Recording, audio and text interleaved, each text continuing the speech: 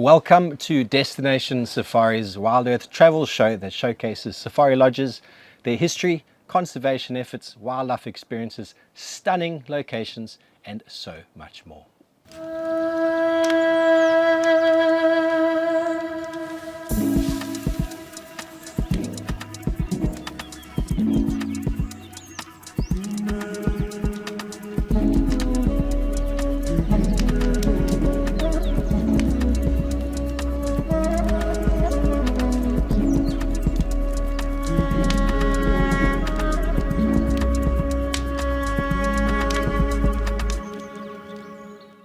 On today's episode, we are exploring Amakhala's Bush Lodge. This is a rustic, luxury 5-star bush tented camp here in the heart of Amakhala Private Game Reserve. The luxury suites look onto an open wildlife watering hole, and it is a must for viewers. And being only 50 kilometers from PE, Amakhala Private Game Reserve really does fall there on the bucket list.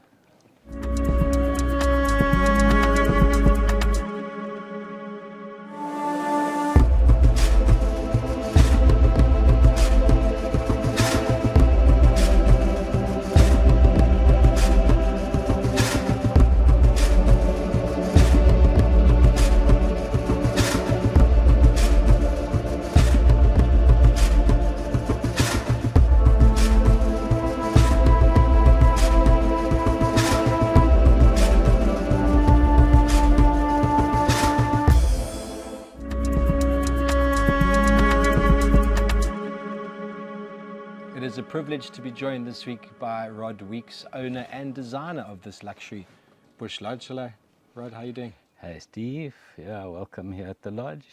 Fantastic, nice to be Doing well, here. thank you. So now, Rod, you know, a story like this, a place in Amakhala, this wasn't always a bush lodge. There's obviously some story behind how this went from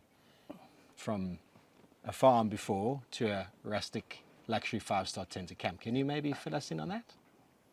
Yeah, how far back do you want to go? We can go right back to our ancestors, because we 5th generation on the farm, but we came out with the 1820 settlers and got our ancestors bought the farm and have tried many different farming practices to keep it going. Dairy, sheep, pineapples, ostriches, and even crocodile farming.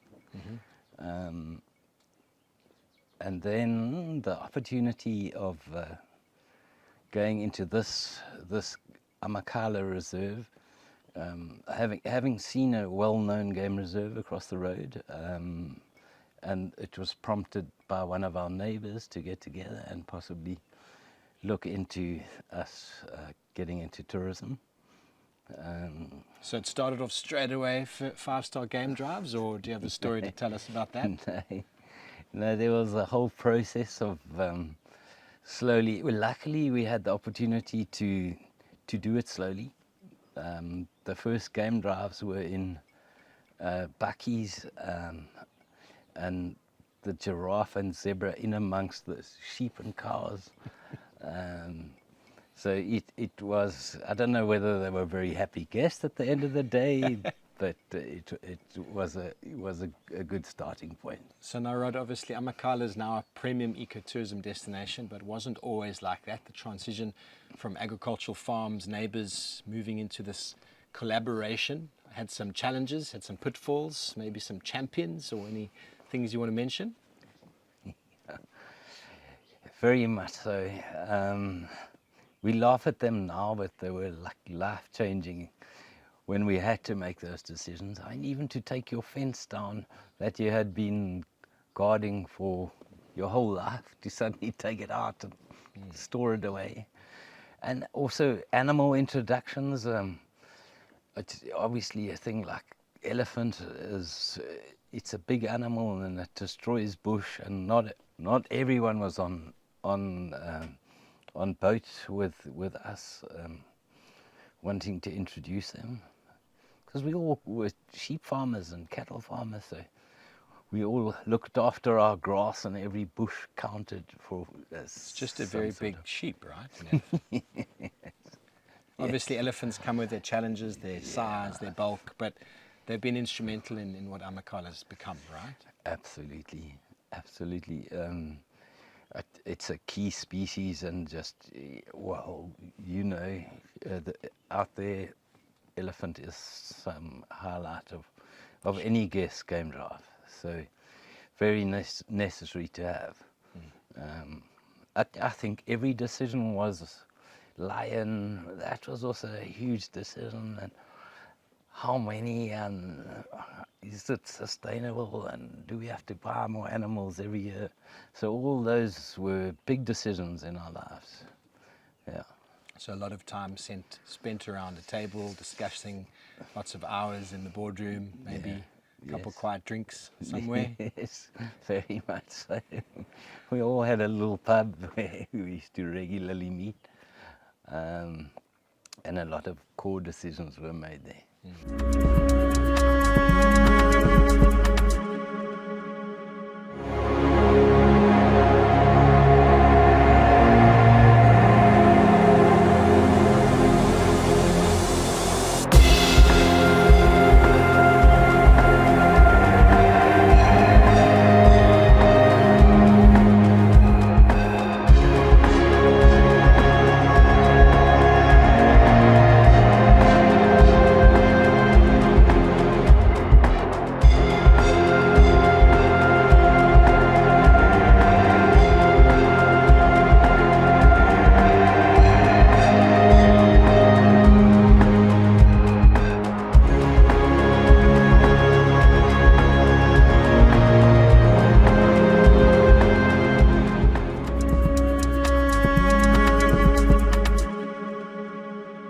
So Rod, you had a very hands-on role in the design and building of this wonderful establishment. Where does your inspiration come from?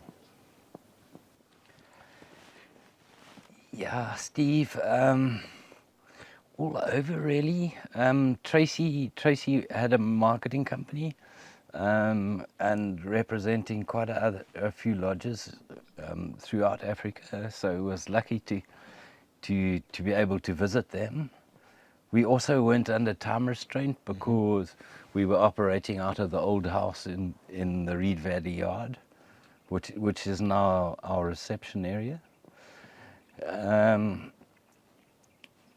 We knew we wanted tented to get the real safari feel the best we could. I think you said it took about 8 years to establish this lodge. How did you go about that process? Yeah, 8 years, yes.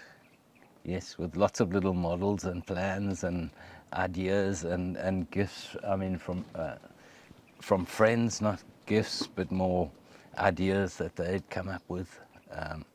But to actually find the site, we put a mattress on the top of my old Land Rover, and we used to spend a night here or a night over there, and I'd check out where the other farm lights are, where the wind direction is, and eventually came to this position, choosing to get out of the wind rather than have a fantastic view.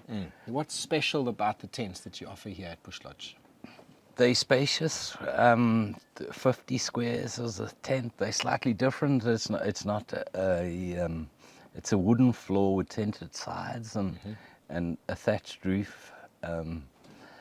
So not a tent as per se, but tented sides, which give you that feel of being in the wind and so close to nature. We do have extremes here in the Eastern Cape, so they all have hot and cold air conditioning and a fireplace that is lit for you in the evening, a big oval bath that is also run for you when you come back from game drive. So the designs worked out very nicely, and the plunge pool is a definite plus, especially in summer. Yeah. And a solid locking door for anybody who's concerned with visitors at night, but then the camp is also fenced, which keeps the danger out, right? For sure. That was also a choice we had to make, but we feel it's better to have the people feel secure inside the and they can experience the danger once they go out on game drive. How many tents are there, and do you accommodate families, children? We have eight tents. Children above the age of 12, because we feel that there's some guests that would just not want to be around little kids. So our age restriction is 12. 8 tents, of which 2 are family rooms. But we concentrate a lot on the romantic market, honeymoons, more and more romantic getaway than looking after children. Yeah. Well, with these luxury rooms with plunge pools and decadent baths and fireplaces, I can see exactly where you're going with that. My wife always says this is the shag lodge, and that's how she markets it. So rather come here to make babies than have babies.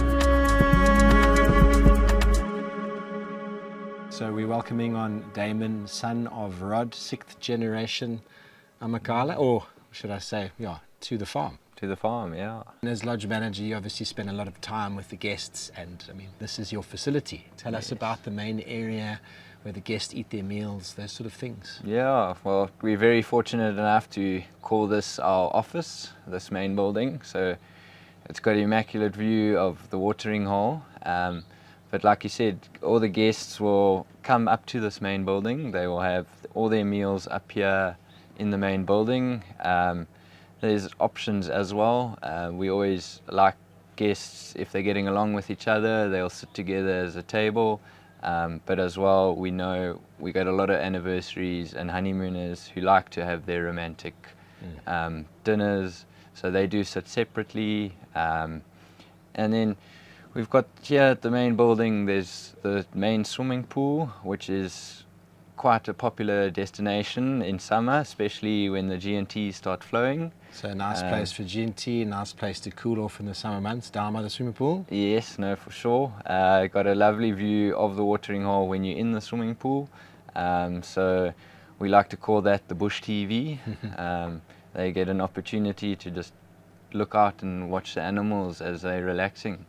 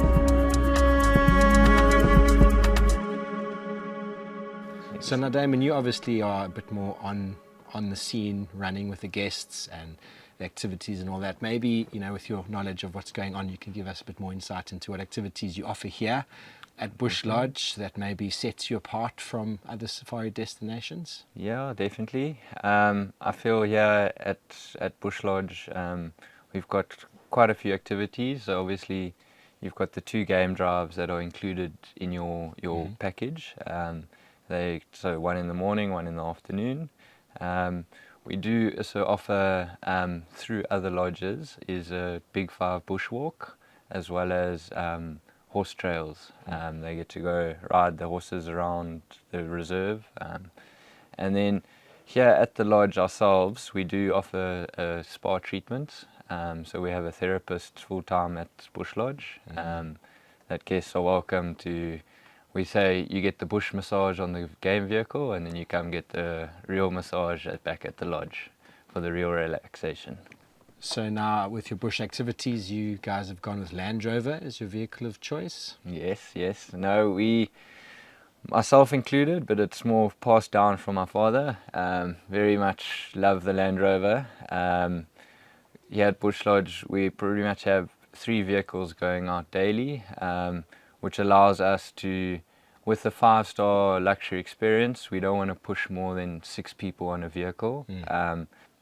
Because, the true authentic experience on a Land Rover kind of gives you that proper bush feel. Are there any little things behind the scenes that you do for guest comfort, guest pampering? Yes, no, we definitely do. Don't want to give any surprises away because it adds to your experience, but sort of things like when guests get back from game drive in their tents, they've got their fireplace lit, as well as a hand whisked bubble bath, just to kind of give them that warmth when they get back from their game drive. We also do little things such as hot water bottles in the game drives in the morning, just to make sure you're as comfortable as you can be. We've got the Rangers love, they call it a Ranger special, and it's coffee with amarula every morning on the game drive. So, and a little saying is we always say, the more you drink, the more you see. I'm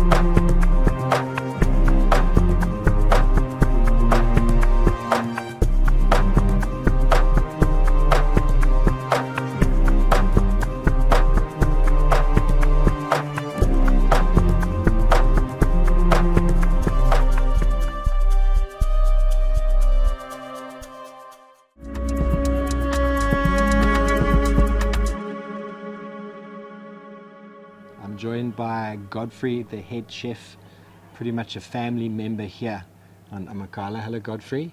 Hello, good afternoon. Welcome. Thank you for joining us. Thank you. Now, obviously, very important question coming to a lodge like this. Yes. Throwing meat on the fire, just a little chop on the fire, we can't do that these days, coming to safari destinations. Tell us about the cuisine you prepare here for the guests at Bush Lodge. Thank you for giving me this opportunity. Here at Bush Lodge, we look at the clientele we have. Like most of the people we get here, they're from Europe, UK, Germans, Americans. So the food I prepare here is in compliance with international standards, but we use our South African products. So all what you do here is from South African markets, from our vegetables, our meats, and whatsoever. So normally we try, when the guests come here, they want to see nature, they want to see the animals. So what we do is we offer them what they see from the bush. For example, cod fillet, ostrich, eland, or something like that. With some also an additional maybe our local vegetables from our suppliers. So it's international compliance, but from our South African markets. So they're not going to go hungry, is what you're saying. Yes. Thank you so much, Godfrey. Thank you.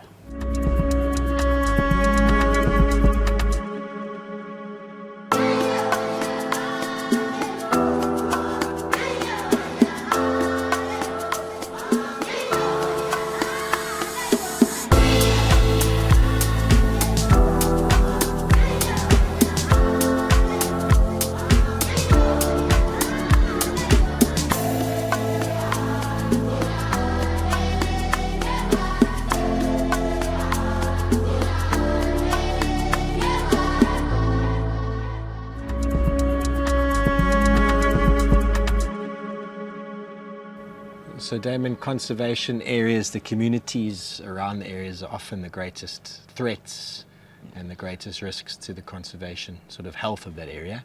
You guys are part of the Amakhala Foundation. Can you tell us a little bit about that? Yes, no, the Amakhala Foundation it's an amazing program that we all part of. So all the lodges contribute towards the foundation. And that foundation goes towards the anti-poaching, so protection of the animals on the reserve, as well as bursaries for schooling of the young kids in the community. And there's a lot of programs available that the foundation do, kind of helping the community, helping the reserve. So it plays a huge part in the whole reserve and what we're trying to accomplish here. So guests' costs are contributing to that? Yes, definitely. And the guests also have the option, if they would like to make a donation on top of their stay, which all the lodges have the open lines to receive donations and then pass it on to the foundation. So we've had a few guests donate some stationery towards the school. Doesn't necessarily always have to be money. A lot of things can do a lot of change in this sort of areas. Very important. Yeah, thank you for that.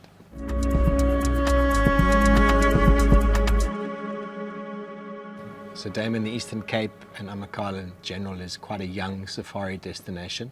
What do you think separates this area and Bush Lodge from other locations, other destinations in South Africa and beyond? Yes, like you said, Eastern Cape is still fairly new to the industry and market. So we work as a collective with all the game reserves in the area, as there are quite a few, bringing people, the international people, down to the Eastern Cape. And we're very fortunate enough that they've got the garden route down from Cape Town with some lovely coastal towns, lots of activities along the way, finishing off in the Eastern Cape, in the game reserves. And the one advantage of, I would say, the Eastern Cape is we a 30-minute drive from the beach, from the mountains, from the bush and the airport. So it really puts us in the center and kind of gives you the opportunity to experience any sort of environment that you're looking for. And being malaria free, close to an airport, garden at Cape Town, it ticks all of those little boxes. Yeah, it works absolutely fantastically. With the agents can put a package together that brings them, land in Cape Town, bring them down the garden route. They're able to do if they got adventures, the bungee jumping or coming across down to the Eastern Cape. So there's truly a lot to offer. Action-packed and adventurous Eastern Cape with the garden route is definitely a destination worth visiting.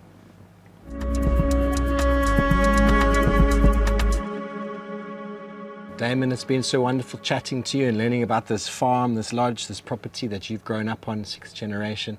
Really is quite a magical place. And for those of you out there that are looking to adventure here into Amakhala, you can find out more if you go over to the website. I look forward to bumping into you in the hills of Amakhala one day, but from Destination Safaris, for this time, it's goodbye.